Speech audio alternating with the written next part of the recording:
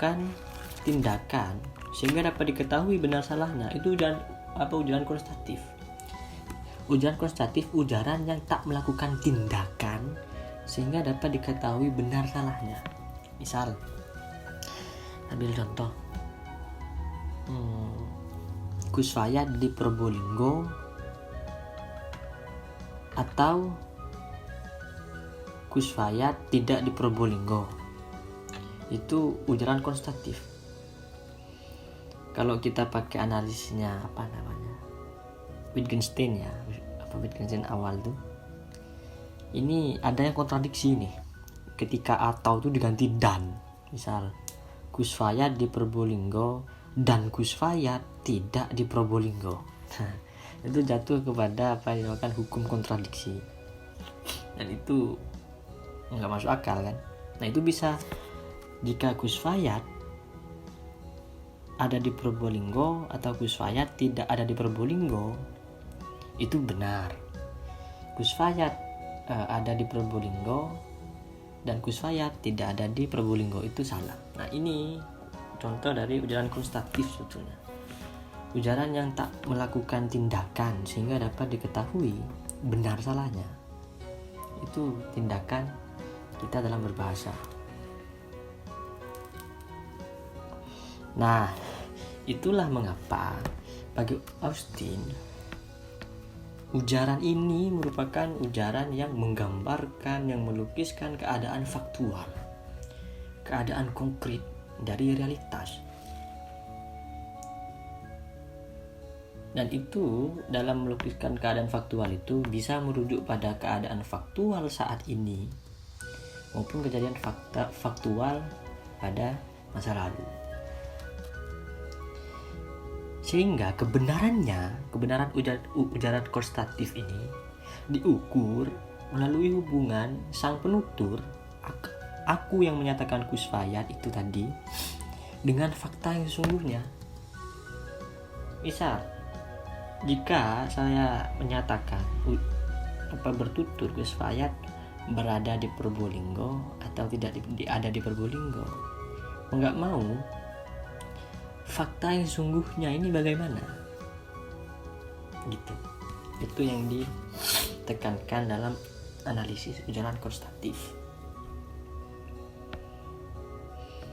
Kita ambil contoh lain lah ya. Bung Taufik terlihat sedih misal, atau galau atau apalah ya. Itu ujaran konstatif yang benar tidaknya ucapan Mas Taufik terlihat sedih itu diukur melalui benar tidaknya fakta yang dideskripsikan oleh saya. Jadi dia butuh kekonkretan atau kekonkretan kejadian faktual apakah Mas Taufik sedang sedih gitu. Itu konstatif. Yang kedua, kalau yang ujaran konstatif itu lebih dekat pada analisis atomisnya Russell sama Wittgenstein. Yang kedua ini Austin itu mengembangkan teori tentang performatif, ujaran performatif. Nah, ujaran performatif ini ujaran yang sulit diketahui benar salahnya. Tetapi meskipun ia sulit ditentukan benar salahnya, ia memiliki dampak tertentu pada sang penutur.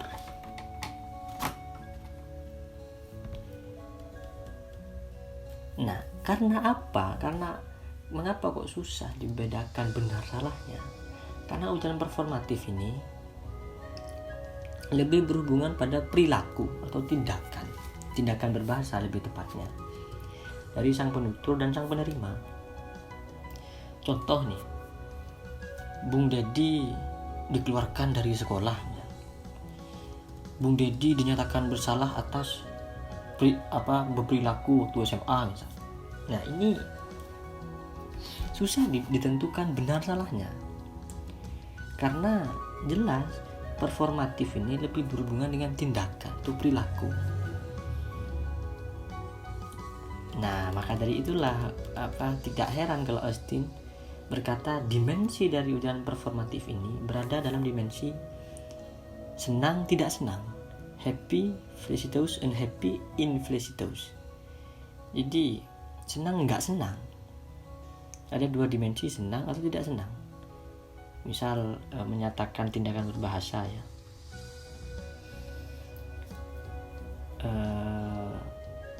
aku mencintaimu misal, nah itu berada di dalam dimensi senang tidak senang. Atau aku membencimu, itu kan performatif, itu kan susah dijelaskan dalam kondisi faktual, dalam kondisi konkret. Maka itu dimensi dari kedua ini dalam tindakan berbahasa ini dan di dimensi senang tidak senang.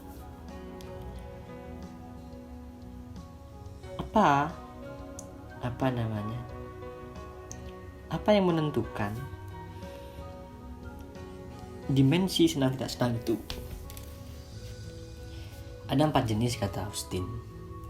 Terdapat konvensi umum, kesepakatan umum bahwa kata-kata tertentu oleh orang-orang tertentu dalam situasi tertentu juga menghasilkan efek tertentu. Itu ya. Misal jangan ramai di masjid misal, atau jangan ramai ada orang ujian. Itu adalah kata-kata tertentu oleh orang tertentu dalam situasi tertentu menghasilkan efek tertentu. Kata-kata tertentu misal tolong diam, ada ujian misal, itu kata-kata tertentu. Orang-orang tertentu, orang yang berada di ruang itu, kesepakatan yang ada di ruang itu harus nggak boleh berisik, akan menghasilkan efek tertentu. Nah, itu pertama. Kedua, semua partisipan dalam prosedur tindakan berbahasa itu, orang dan situasi tertentu harus lengkap dan benar. Ingat, jadi partisipan dalam tindakan berbahasa itu, dalam prosedur tindakan komunikatif itu, orang dan situasinya harus lengkap dan benar. Misal dilarang berisik, ada orang ujian misal. Nah itu kalau itu ditaruh di pasar malam, kalimat ini tidak bermakna gitu. Itu tidak bermakna. Nah, harus lengkap dan benar. Terus yang ketiga, jika partisipan dalam konvensi tersebut mempunyai pikiran, perasaan dan niat tertentu, maka keempat konvensinya adalah para partisipan tersebut akan bersikap tertentu pula. Itulah mengapa kok tindakan speech act kita ini harus mensyaratkan suatu keterkaitan dalam bahasa agar menghasilkan efek-efek tindakan tertentu. Itu kata Austin. Nah,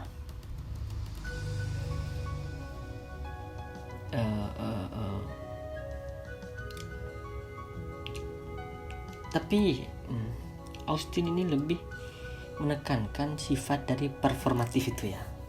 Karena kita tahu bahwa konstatif itu kan Austin mengkritik kesalahan deskriptif tentang bahwa bahasa ini tidak selamanya harus menjelaskan benar salah atau mismologis. Tidak. Maka dari itu perbedaan antara konstruktif dan performatif itu bagi Austin sia-sia atau ilusif saja. Nah, pakai apa? Maka dari itu Austin dalam tindak tutur itu menekankan performatif yang bercirikan kata kerja tindak tutur atau verba performatif. Nah, penekanannya atas performatif inilah yang mengkritik tentang bahasa yang selalu digunakan sebagai alat benar salah. Di situ Austin dalam menekankan performatif membedakan dua jenis performatif, yakni performatif implisit dan performatif eksplisit. Apa itu performatif implisit? Ujaran yang tak menghadirkan kata-kata yang mengacu pada pelaku atau subjek yang bertutur. ujaran yang tak menghadirkan kata-kata yang mengacu pada pelaku atau subjek yang bertutur. Jadi subjek yang bertutur itu nggak hadir. Kayak misal tadi dilarang merokok atau dilarang ramai ada ujian, itu subjek yang bertutur itu tidak hadir. Nah ini nanti poin penting yang nanti ditekankan oleh Derrida, yang itu menjadikan ciri dari tulisan, dari gram atau dari apa, kalau kata Derrida itu écriture, itu tulisan itu. Jadi di performatif implisit itu subjek yang bertutur nggak hadir. Jadi tak menghadirkan kata-kata yang mengacu pada pelaku subjek bertutur. Dilarang merokok, dilarang ramai, terus dilarang buang sampah di tempat ini. Itu murni tulisan yang subjek bertutur, subjek komunikatifnya, tindakan berbahasanya nggak ada. Nah ini kerennya ini. Oke, itu performatif implisit. Terus yang kedua tentang ujaran performatif eksplisit, yang juga sebaliknya, berarti menghadirkan kata-kata yang mengacu pada subjek, aku, kami, kita. Contoh, saya berjanji akan menghubungimu secepatnya, atau saya akan tidak merokok ketika di rumahmu atau sebagainya. Itu secara eksplisit, dan itu tindakan berbahasa. Terus sisanya yang kategori 5 kategori kalau performatif bisa dibaca di essay saya itu. Terus ini selain bagian performatif kelima itu, dan ini bagian penting dalam pembahasan dari data Austin, ia menegaskan bahwa tindak tutur performatif berlangsung dalam 3 peristiwa tindakan secara serentak dalam satu kesatuan momen kejadian. Jadi ini peristiwa. Jadi peristiwa yang terjadi secara serentak. Dan ini mengapa saya nggak heran kalau Derrida ini pakai term event, peristiwa. Peristiwa itu apa? 3 peristiwa tindak tutur itu: lokusi, ilokusi, dan berlokusi. Nah ini perlu disinggung ketat ya. Oke.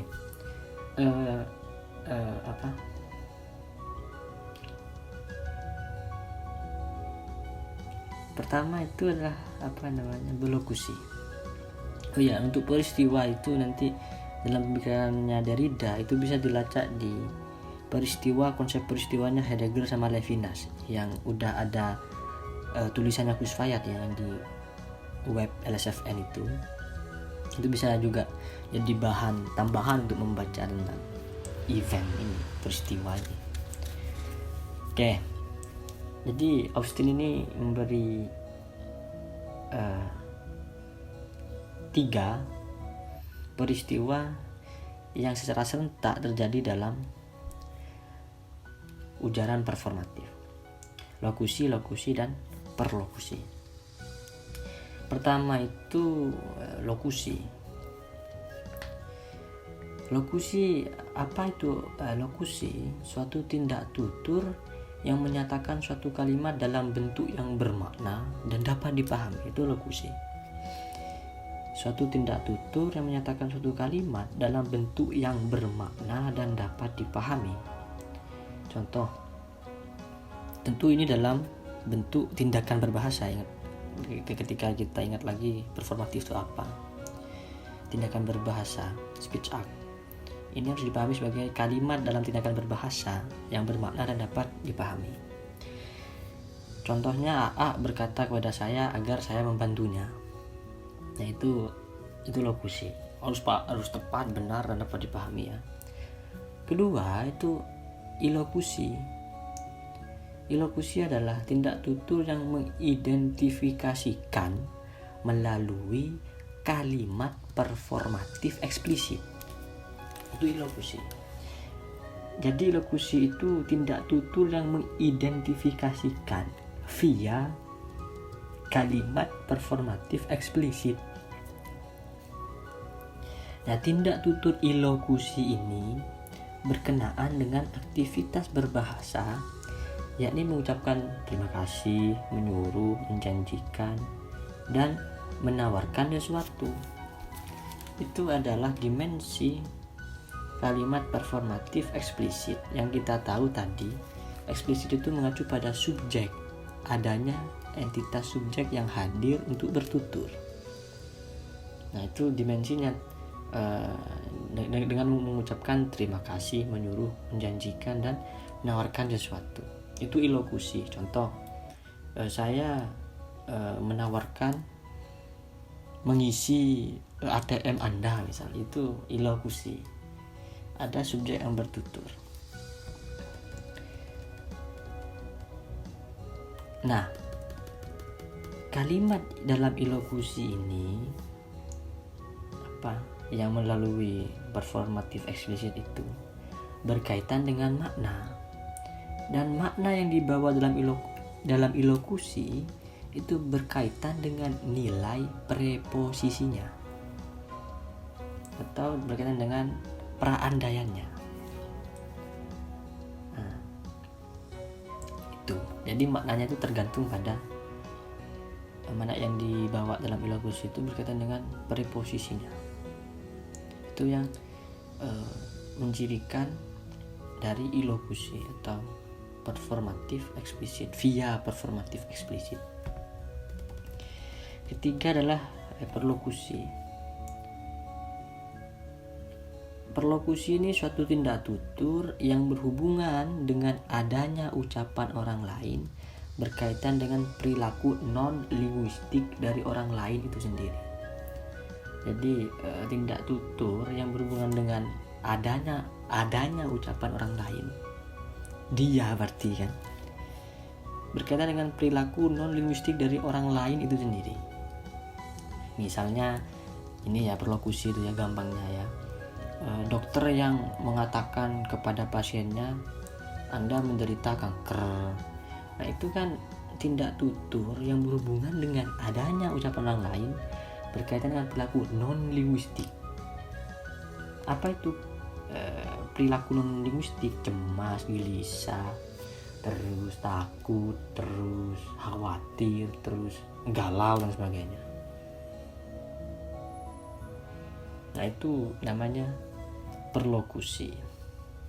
Dan itu berada, tiga-tiganya ini berada dalam suatu keserentakan tiga peristiwa dalam performatif. Ada tiga itu.